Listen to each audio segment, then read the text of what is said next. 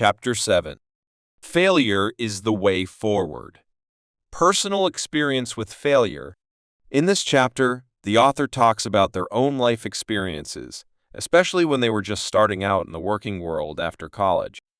They mention how they graduated right when there was a big economic crisis, making it really tough to find a job. On top of that, they had some financial troubles, like not being able to pay rent because their roommate wasn't contributing.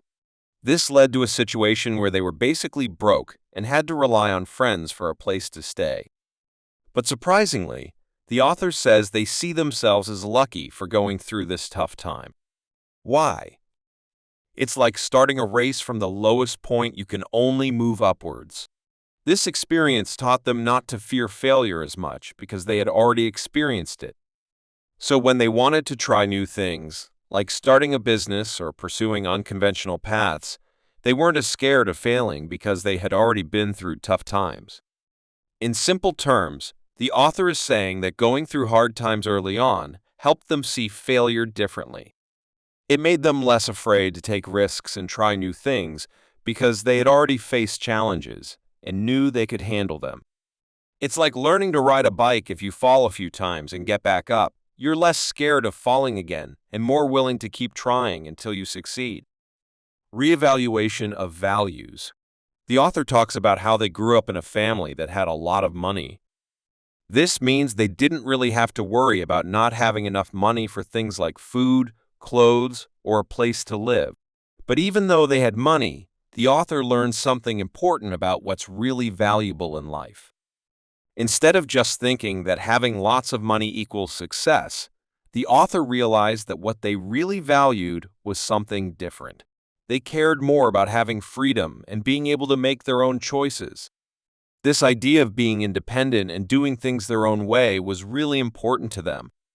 So, even though they could have gone the traditional route of getting a job that paid a lot of money, the author decided to take a risk and start their own business.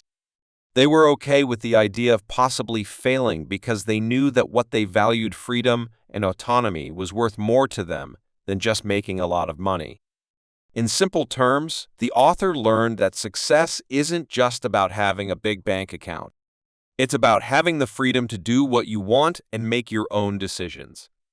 So, they decided to pursue their own path, even if it meant taking a chance and possibly failing along the way. Failure as a learning opportunity. Imagine you're learning to ride a bike.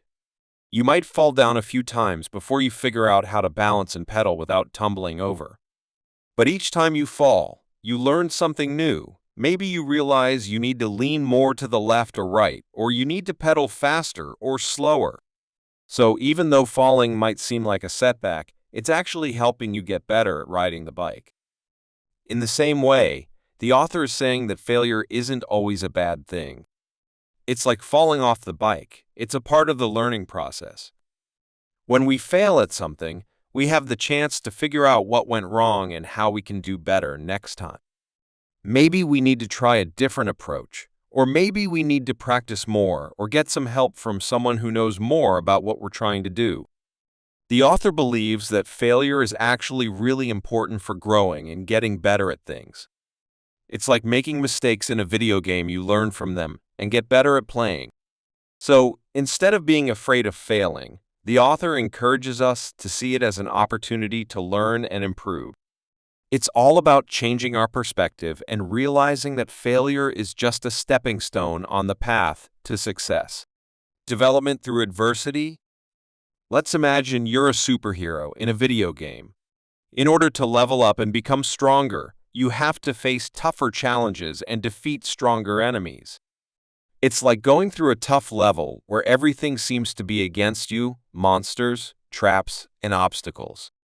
But each time you overcome these challenges, you become more skilled and powerful. In real life, facing difficult situations and overcoming obstacles is kind of like going through those tough video game levels. When we face adversity like tough times, challenges, or hardships, we have the opportunity to grow and become stronger. It's like leveling up in real life.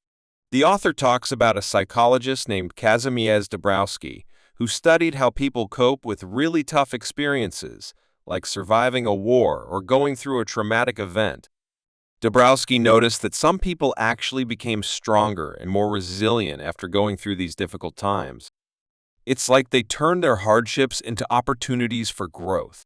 Just like how working out makes your muscles stronger, facing adversity can make you emotionally stronger. It's not easy, and it can be really tough to go through difficult times, but in the end, it can help us become more grounded and resilient individuals. So instead of seeing tough times as just bad things that happen to us, the author encourages us to see them as opportunities for growth and development. It's like becoming a superhero in real life. The do something principle. Imagine you have a big pile of laundry to fold, but you just don't feel like doing it. You keep putting it off because it seems like such a daunting task. But then, you decide to start small. Maybe you tell yourself, okay, I'll just fold one shirt. So, you fold one shirt. And then, you think, well, that wasn't so bad. Maybe I'll fold a few more. Before you know it, you've folded all your laundry. That's kind of how the do something principle works. Instead of waiting for motivation to strike before taking action, you just start doing something even if it's a small task. By taking that first step, you often find that motivation starts to kick in.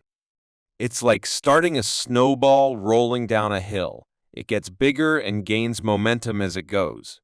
The author believes that by simply doing something, even if it's small, you can overcome procrastination and make progress toward your goals.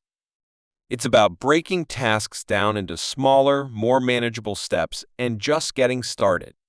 Once you start, you often find that it's not as hard as you thought it would be, and you build momentum to keep going. So, whether it's doing chores around the house, studying for a test, or working on a project, remember the do something principle. Just take that first step, no matter how small, and you'll be on your way to making progress and achieving your goals. Reframing failure. Let's think about making a sandcastle at the beach. You start building your sandcastle, but then a big wave comes and knocks it down. At first, you might feel disappointed or frustrated because your sandcastle got destroyed. But then, you realize that building sandcastles is all about having fun and enjoying the process. So, you decide to rebuild your sandcastle, maybe even making it better than before. In the same way, the author is saying that failure is like the wave knocking down your sandcastle. It's just a part of the process. Instead of getting discouraged or giving up when things don't go as planned, the author encourages us to see failure as a natural part of the journey towards success. It's like learning from your mistakes and using them to build something even better. The chapter suggests that by reframing failure and seeing it as progress rather than a setback, we can become more resilient and keep moving forward despite obstacles. It's all about changing our mindset and realizing that failure isn't the end of the road, it's just a bump along the way. So, whether it's trying something new, pursuing a goal, or facing challenges, remember that failure is just part of the process. Embrace it, learn from it, and keep moving forward. Like rebuilding your sandcastle at the beach, each failure brings an opportunity to grow and improve. Overall, this chapter seems to advocate for embracing failure, viewing it as an opportunity for growth, and taking proactive steps toward personal and professional development. It offers practical advice for overcoming challenges and redefining success on one's own terms.